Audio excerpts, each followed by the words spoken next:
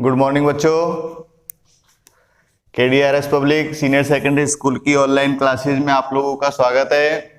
अपना topic cyanide और isocyanide चल रहा था, जिसमें हम साइनाइड व आइसोसाइनाइड के भौतिक व रासायनिक गुणों की चर्चा करेंगे। पहले हम इसके भौतिक गुण की चर्चा कर रहे हैं और भौतिक गुण में आप लोगों का पहला पॉइंट है भौतिक अवस्था, फिजिकल स्टेट।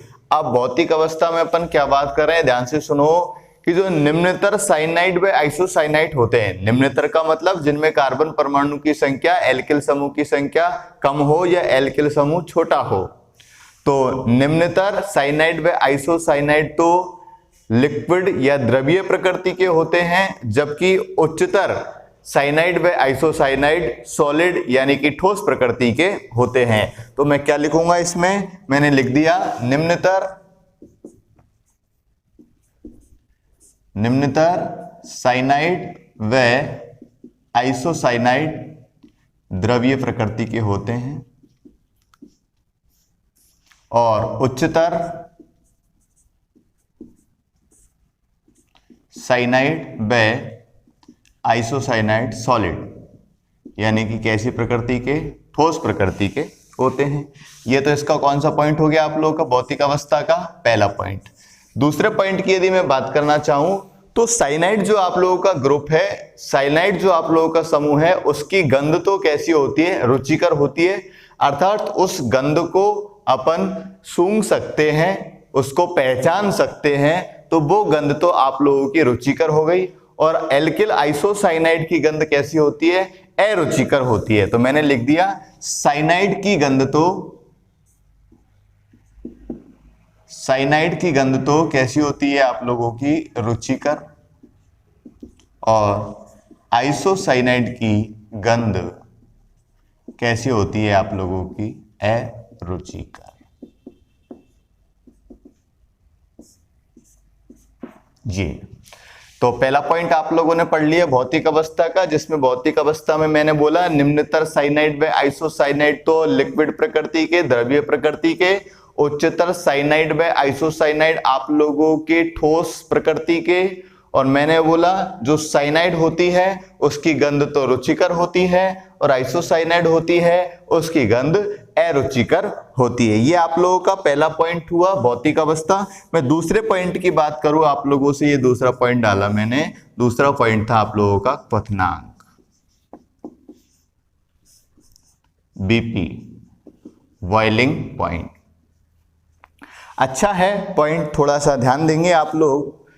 मैंने बोला साइनाइड व आइसोसाइनाइडों के क्वथनांक उच्च होते हैं, साइनाइड व आइसोसाइनाइड के क्वथनांक उच्च होते हैं। क्यों? क्योंकि इनकी प्रकृति कैसी होती है, ध्रुवीय होती है। इनकी प्रकृति कैसी होती है, ध्रुवीय। ध्रुवीय होने के कारण इनके मध्य में अंतरा अणुक आकर्षण बल पाया जाता है और अंतरा अणुक आकर्षण बल पाए जाने के कारण ये संयुग्मित हो जाते हैं, जुड़ जाते हैं, और जुड़ने के कारण इनके क्वथनांक का मान कैसा हो जाता है, उच्च हो जाता है। मैं फिर नेक्स्ट बोल रहा हूं आप लोगों से, क्या बोला मैंने, साइनाइड में आइसोसाइनाइड का क्वथनांक कैसा होता है, उच्च होता है। क्यों? क्योंकि इनकी प्रकृति कैसी होती है, ध्रुवीय, और ध्रुवीय होने के कारण इनके अणुओं के मध्य में अंतरा अणुक आकर्षण बल पाया जाता है। अर्थात अणुओं के मध्य में ही आकर्षण लग जाता है, लगने के कारण ये संयुग्मित हो जाते हैं, जुड़ जाते हैं, और जुड़ने के कारण इनके क्वथनांक का मान कैसा हो जाता है, उच्च हो जाता है। तो मैं क्या लिखूंगा, मैंने बोला साइनाइड व आइसोसाइनाइड के बॉइलिंग पॉइंट के मान उच्च होते हैं, उच्च होते हैं। वाई? क्यों? क्योंकि इनकी प्रकृति कैसी होती है, इनकी प्रकृति होती है ध्रुवीय।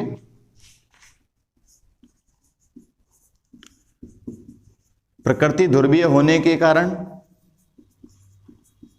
अंतरा अणुक आकर्षण बल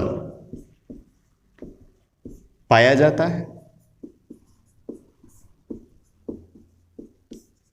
पाया जाता है, इसलिए इनके क्वथनांक का मान कैसा होता है? उच्च होता है। पूरी मैंने आप लोगों के सामने डिटेल लिख दी। साइनाइड व आइसोसाइनाइडों के बॉइलिंग पॉइंट के मान कैसे होते हैं? उच्च होते हैं। क्यों? क्योंकि इनकी प्रकृति कैसी होती है आप लोगों की? इनकी प्रकृति होती है ध्रुवीय। ध्रुवीय होने के कारण इनके मध्य में कौन सा बल लगता है?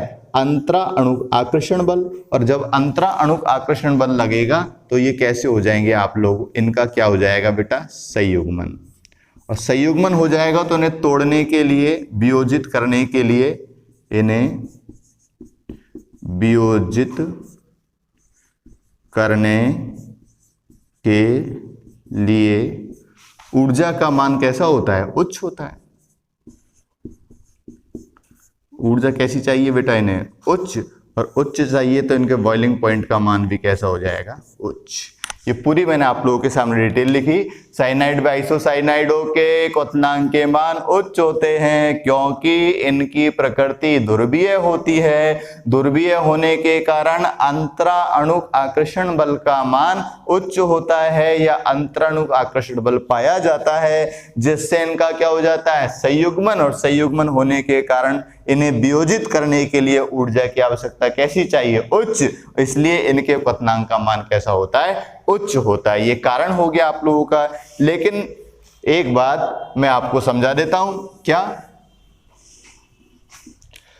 क्वथनांक में अपन ने पढ़ लिया साइनाइड व आइसोसाइनाइडों के क्वथनांक उच्च होते हैं, लेकिन मैं कहूं क्या साइनाइड का क्वथनांक आइसोसाइनाइड से कैसा होता है? उच्च होता है। पहले तो अपन ने पढ़ा दोनों का ही क्वथनांक उच्च होता है। अब अपन दोनों में ही अंतर कर रहे हैं। दोनों में अंतर क्या है कि साइनाइड का क्वथनांक आइसोसाइनाइड के क्वथनांक से कैसा होता है? उच्च होता है। क्या कारण है उसका? कारण समझेंगे। मैं लिख देता हूं यहां आप लोगों का साइनाइड, या आप लोगों का आइसोसाइनाइड। मैंने बोला इसका बॉइलिंग पॉइंट, इसका बॉइलिंग पॉइंट उच्च और इसका बॉइलिंग पॉइंट निम्न।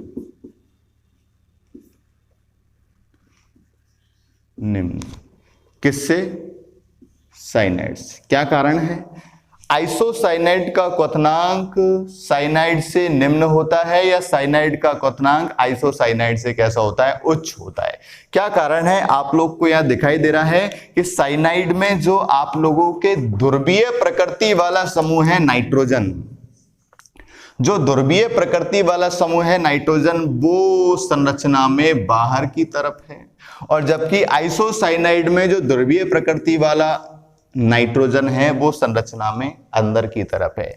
तो बताओ, ये बाहर की तरफ है, तो बाहर की तरफ होने के कारण यह अधिक अधिक अधिक अधिक अंतरा अणु आकर्षण बल बनाएगा, और जबकि यह इसकी तुलना में निम्न अंतरा अणु आकर्षण बल बनाएगा। तो जिसके अंतराणु आकर्षण बल का मान उच्च होगा उसके बॉइलिंग पॉइंट का मान भी कैसा होगा? उच्च होगा। तो क्वेश्चन आ जाए आप लोगों के, साइनाइड के क्वथनांक आइसोसाइनाइड के क्वथनांक से उच्च होता है, तो क्या लिखेंगे? सर उच्च होता है क्योंकि साइनाइड में ध्रुवीय प्रकृति वाला नाइट्रोजन परमाणु, ध्रुवीय प्रकृति वाला नाइट्रोजन परमाणु सतह की तरफ या बाहर की तरफ होता है, जिसके कारण ये अंतरा अणु आकर्षण बल का मान उच्च करता है या उच्च बनाता है। जबकि आइसोसाइनाइड में ध्रुवीय प्रकृति वाला नाइट्रोजन परमाणु संरचना में अंदर की तरफ उपस्थित होता है, अतः अंतरा अणु आकर्षण बल का मान साइनाइड से कम बनता है। इसलिए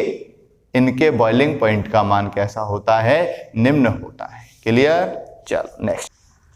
तीसरा पॉइंट है आप लोगों की विलेयता। अब विलेयता की मैं आप लोगों से बात करूंगा, वही लाइन में लिखूंगा। एल्किल साइनाइड की विलेयता एल्किल आइसोसाइनाइड की विलेयता से अधिक होती है।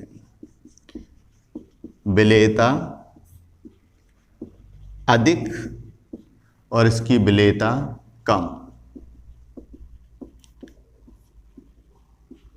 ये लो क्वेश्चन आ गया, एल्किल साइनाइड की विलेयता एल्किल आइसोसाइनाइड की विलेयता से उच्च होती है। क्या कारण है? तो मैं आपको बता दूं, ध्यान से देखो। विलेयता अपन किसके साथ? जल के साथ, तो जल का भी सूत्र लिखेंगे और साइनाइड का भी सूत्र लिखेंगे। ये N और ये आप लोगों का H2। क्लियर। आइसोसाइनाइड की बात मैं करूं, R single bond N triple bond C, ये आप लोगों का H और ये आप लोगों का OH। ध्यान दो, मैंने बोला साइनाइड में जो आप लोगों के ध्रुवीय प्रकृति वाला नाइट्रोजन है वह तो संरचना के बाहर या सतह पर उपस्थित होता है, अतः यह आसानी से जल के साथ अंतः अणु हाइड्रोजन बंध का क्या कर लेता है, निर्माण। हाइड्रोजन बंध का क्या कर लेता है, निर्माण कर लेता है, अधिक हाइड्रोजन बंध का। कौन सा हाइड्रोजन बंध का, अधिक हाइड्रोजन बंध का निर्माण कर लेता है। जबकि आइसोसाइनाइड में नाइट्रोजन परमाणु अंदर की तरफ होने के कारण इनके हाइड्रोजन बंध निम्न प्रकार के होते हैं। निम्न हाइड्रोजन बंध का क्या करता है, निर्माण।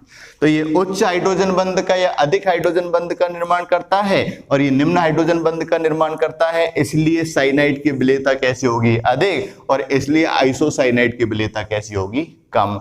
और ये हाइड्रोजन बंध का निर्माण अधिक क्यों करता है, क्योंकि ध्रुवीय प्रकृति वाला नाइट्रोजन परमाणु संरचना में या सूत्र में बाहर की तरफ होता है, जबकि एल्किल आइसोसाइनाइड में ध्रुवीय प्रकृति वाला नाइट्रोजन परमाणु अंदर की तरफ उपस्थित होता है। अतः हाइड्रोजन बंध बनाएगा तो सही, लेकिन कैसी प्रकृति का, निम्न प्रकृति का, और ये हाइड्रोजन बंध कैसी प्रकृति का, अधिक प्रकृति का। अतः एल्किल साइनाइडों की विलेयता कैसी होती है, उच्च या अधिक, और एल्किल आइसोसाइनाइडों की विलेयता कैसी होती है, निम्न। ये आप लोगों के भौतिक गुण समाप्त हो गए हैं। अब हम रासायनिक गुण की चर्चा करते हैं।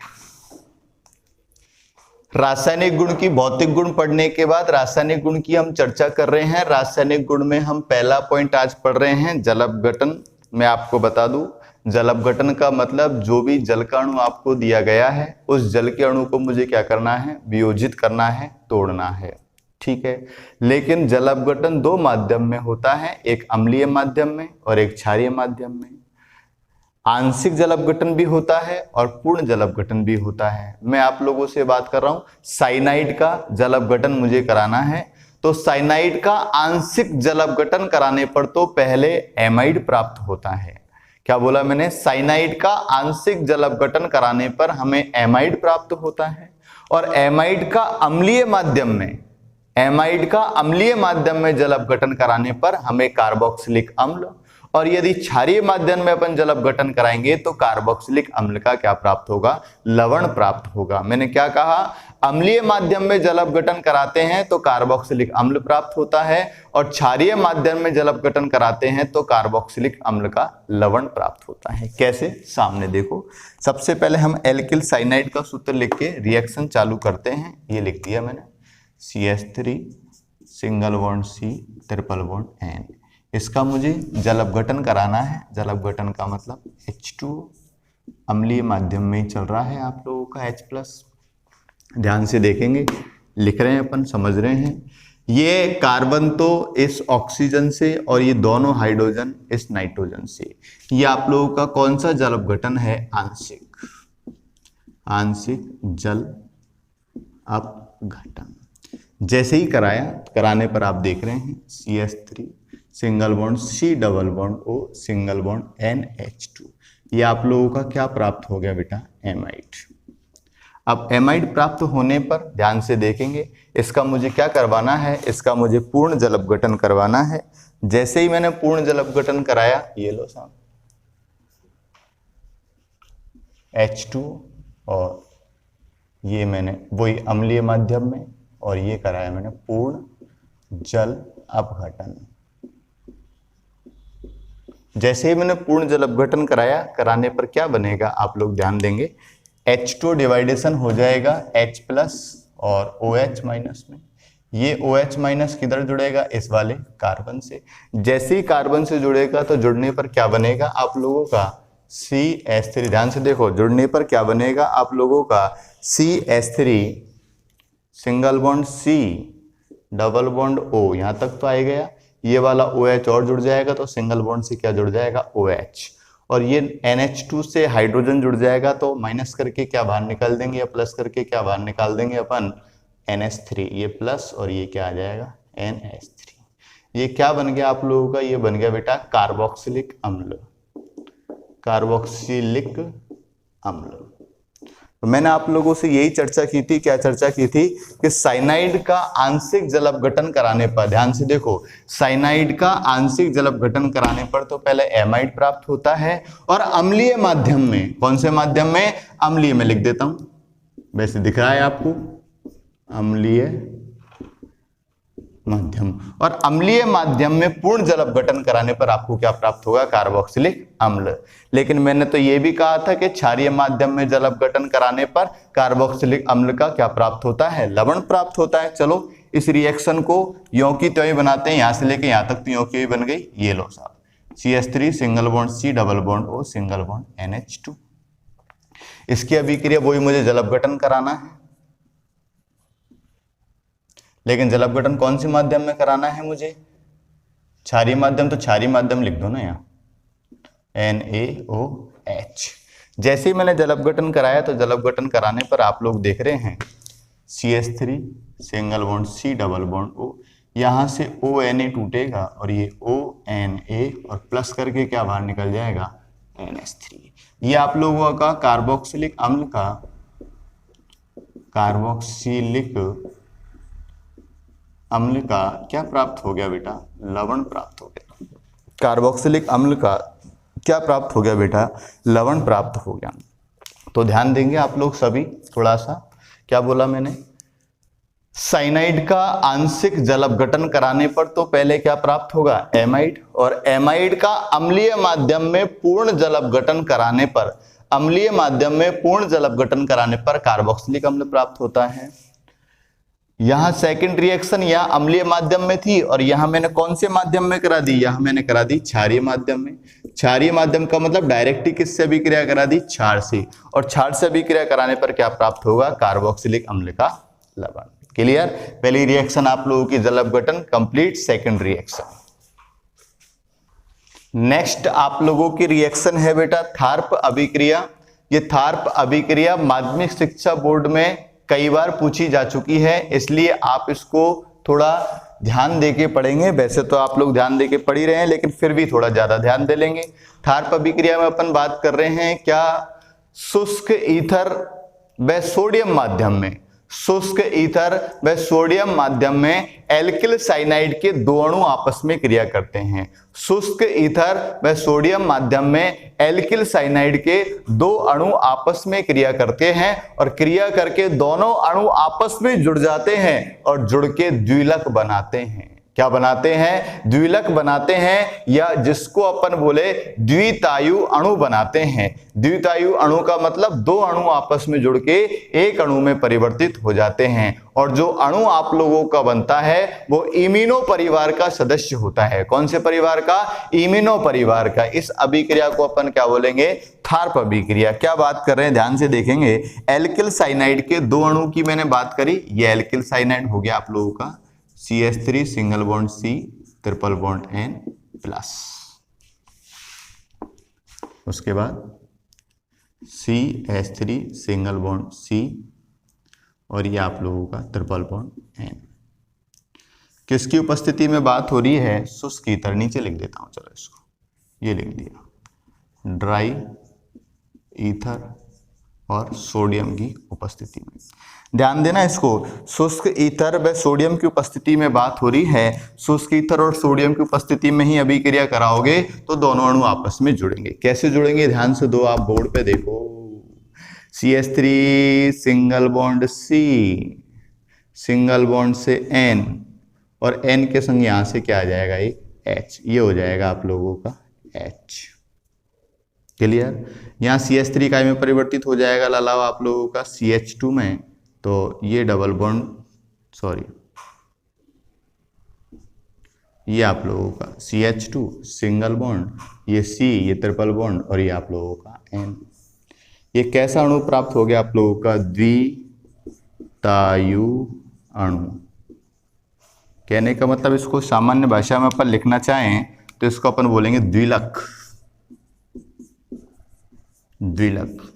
अब ध्यान से देखो बोर्ड पे थोड़ा सा, मैंने क्या बोला, मैंने बोला शुष्क ईथर व सोडियम की उपस्थिति में, शुष्क ईथर व सोडियम की उपस्थिति में एल्किल साइनाइड के कितने अणु, 2 अणु आपस में अभिक्रिया करते हैं और 2 अणु एक अणु में परिवर्तित हो जाता है, CH3 double bond N, triple bond N की जगह मैंने डबल बॉन्ड N लिखा और यहाँ CH3 से एक हाइड्रोजन N के संग जुड़ गया, NH आ गया और CH3 काय में परिवर्तित हो गया, CH2 में, single C triple bond N। ये द्वितायु अणु क्यों कह रहे हैं, क्योंकि ये द्विलक बना रहा है, मतलब 2 अणु आपस में एक अणु में परिवर्तित हो रहे हैं। लेकिन जाते जाते मैंने आप लोगों से ये भी कहा था कि ये कौन से परिवार का सदस्य है, मैंने बोला इमिनो परिवार का सदस्य है, क्योंकि इमिनो परिवार आपको दिखाई दे रहा है। NH समूह आप लोगों का कौन सा परिवार है, इमिनो परिवार। तो इस अभिक्रिया को अपन कौन सी अभिक्रिया बोलेंगे, थार्प अभिक्रिया। क्लियर। नेक्स्ट रिएक्शन की हम बात कर रहे हैं। नेक्स्ट थर्ड रिएक्शन है आप लोगों की समावयवीकरण। सिंपल सी रिएक्शन है, एक लाइन में सिंपल सी बोलूंगा, क्या, एल्किल साइनाइड को उच्च ताप पर गर्म करने पर एल्किल साइनाइड एल्किल आइसोसाइनाइड में परिवर्तित हो जाती है, या इसको मैं यूं बोलूं, एल्किल आइसोसाइनाइड को उच्च ताप पर गर्म करने पर वह एल्किल साइनाइड में परिवर्तित हो जाती है। उच्च ताप पर गर्म करने पर आइसोसाइनाइड साइनाइड में परिवर्तित हो जाती है। दोनों एक ही रूप थे लेकिन 2 अलग अलग भागों में परिवर्तित हो गए, इसलिए इस अभिक्रिया को अपन क्या बोल रहे हैं, समावयवीकरण। क्लियर बात सबके। रिएक्शन हम लिखना चाहें तो रिएक्शन बिल्कुल सिंपल सी reaction, CH3 single bond N triple bond C, और ये आप लोगों को मैंने उच्च टेम्परेचर पे गर्म किया। गर्म करने पर आइसोसाइनाइड साइनाइड में परिवर्तित हो जाएगा, CH3 सिंगल बॉन्ड C और ट्रिपल बॉन्ड N। ये आप लोगों का कौन सा ग्रुप था, ये मेरा ग्रुप था आइसोसाइनाइड, और ये आप लोगों का कौन सा ग्रुप हो गया, साइनाइड। क्लियर। केवल कौन से ताप पे गर्म किया है मैंने, आप लोगों के उच्च ताप पर गर्म किया है। ये पार्ट नंबर 3 आप लोगों का समाप्त हो गया। साइनाइड और आइसोसाइनाइड वाला टॉपिक आप लोगों का आज समाप्त हो गया। आज हमने भौतिक और रासायनिक गुण की चर्चा कर ली थी। नेक्स्ट क्लास में हम पार्ट नंबर 4, इसी पार्ट का पार्ट नंबर 4 यानी कि यूरिया वाले टॉपिक पे चर्चा करेंगे। धन्यवाद।